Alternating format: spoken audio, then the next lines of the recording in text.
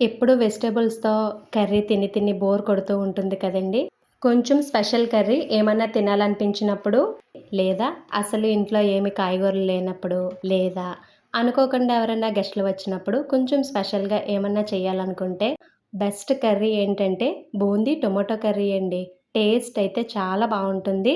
Preparation time అయితే 20 నిమిషాల్లోపే అయిపోతుంది.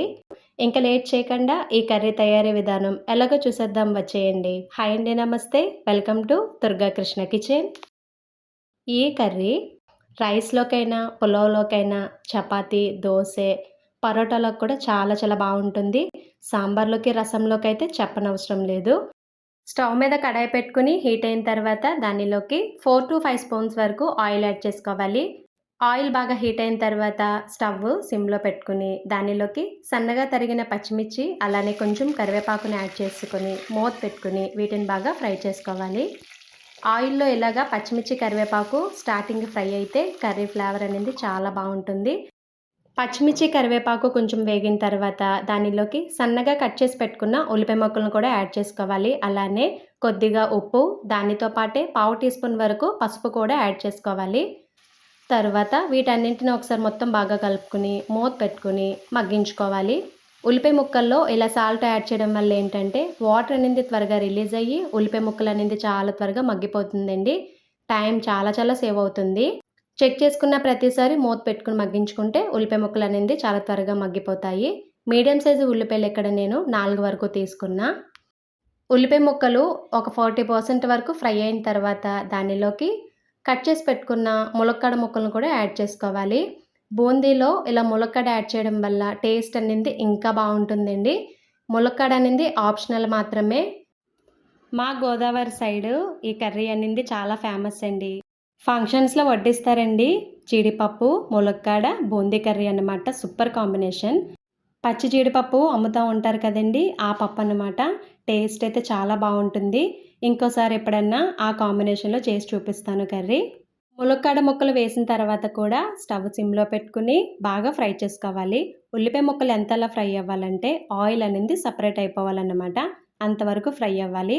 ఇదనే కాదండి, మీరు ఏ కర్రీ ప్రిపేర్ చేసినా సరే ఉల్లిపాయ ముక్కలు ఎంత బాగా మగ్గితే కర్రీ టేస్ట్ అంత అద్భుతంగా ఉంటుంది. చూసారు కదా! ఆయిల్ ఇలా బాగా తేలిన తర్వాత ఇంకొకసారి కర్రీ మొత్తం బాగా కలుపుకొని, ఇలా మధ్యలో కట్ చేసి పెట్టుకున్న టొమాటో ముక్కలను కూడా యాడ్ చేసుకోవాలి. బాగా ముగ్గిన టొమాటోలు మీడియం సైజువి 4 వరకు తీసుకున్నానండి. తర్వాత దీనిలోకి 1 స్పూన్ వరకు అప్పుడే దంచిపెట్టిన అల్లం వెల్లుల్లి పేస్ట్‌ని కూడా యాడ్ చేశాను. దానితో పాటే ఇంకొంచెం ఉప్పును కూడా వేసుకొని, కర్రీ మొత్తం కలపకుండా ఓన్లీ అల్లం వెల్లుల్లి పేస్ట్, టొమాటో ముక్కల్నే కదుపుకొని, మూత పెట్టేసుకొని ఒక 4 నిమిషాలు అలా వదిలేయాలి. కర్రీ ఎక్కువ క్వాంటిటీ అయితే 4 నిమిషాలు మూత తీయకండి. తక్కువ క్వాంటిటీ అయితే 3 నిమిషాల తర్వాత మూత తీయండి సరిపోతుంది. ఇలా మూత పెట్టుకోవడం వల్ల ఏంటంటే, టమాటా ముక్కల్లో ఉప్పు యాడ్ చేసాం కదా! వాటర్ అనేది త్వరగా రిలీజ్ అయ్యి, టమాటా ముక్క అనేది చాలా త్వరగా మగ్గిపోతుంది. టైం చాలా సేవ్ అవుతుంది. ఇది 4 నిమిషాల తర్వాతండి. చూడండి. జస్ట్ టమాటా ముక్కని ఇలా కదిపితేనే మనకి పేస్ట్ లాగా అయిపోతుంది. అదే మీరు టమాటా ముక్కలు వేసి కర్రీ మొత్తం కలిపి మూత పెట్టేసారనుకోండి, ఎక్కడ ముక్కలు అక్కడే ఉండిపోతాయి. టమాటా మగ్గడానికి కూడా చాలా టైం తీసుకుంటుంది. టమాటా ఎంత బాగా మగ్గితే కర్రీ టేస్ట్ అంతే బావుంటుంది. గుర్తుపెట్టుకోండి. చూసారు కదా! టమాటా ముక్కలు మొత్తం కలుపుకున్న తర్వాత కర్రీ మొత్తం ఒకసారి బాగా కలిపేసుకొని, టమాటాలోంచి వచ్చిన వాటర్ అంతా మగ్గేంత వరకు మగ్గించుకుంటే సరిపోతుంది. కర్రీ మొత్తం బాగా మగ్గిపోయిన తర్వాత దానిలోకి టేస్ట్‌కి తగ్గట్టుగా కారాన్ని యాడ్ చేసుకోవాలి. ఇక్కడ నేను 1 స్పూన్ వరకు కారం యాడ్ చేస్తున్నా. నేను తీసుకున్న పచ్చిమిర్చి కొంచెం కారం ఎక్కువండి. అలానే 1 స్పూన్ వరకు ధనియాల పౌడర్, దానితో పాటే పావు టీ స్పూన్ వరకు జీలకర్ర పౌడర్‌ని కూడా యాడ్ చేసుకోవాలి. ఇంక నేను ఏ గరం మసాలా పౌడర్‌లు యాడ్ చేయట్లేదండి. ధనియాల పౌడర్, జీలకర్ర పౌడర్‌తోనే కర్రీ టేస్ట్ అనేది చాలా వచ్చేస్తుంది. పౌడర్స్ అన్నీ కర్రీకి బాగా పట్టేలాగా ఒకసారి మొత్తం బాగా కలుపుకొని ఇంకొక 2, 3 నిమిషాలు మగ్గించుకుంటే సరిపోతుంది. చూసారు కదా! ఇలా ఆయిల్ సెపరేట్ అయ్యేంత వరకు ఫ్రై చేసుకోవాలి కారం వేసిన తర్వాత.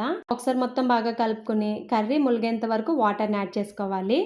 వాటర్ యాడ్ చేసిన తర్వాత ఉప్పు సరిపోయిందో లేదో చెక్ చేసుకోవాలండి. ఆల్రెడీ టమాటా ముక్కల్లో ఉల్లిపాయ ముక్కల్లో యాడ్ చేసాం కదా! చూసుకొని యాడ్ చేసుకోవాలి. ఉప్పు యాడ్ చేసిన తర్వాత స్టవ్ మీడియంలో పెట్టి మూత పెట్టుకొని కర్రీని బాగా ఉడికించుకోవాలి.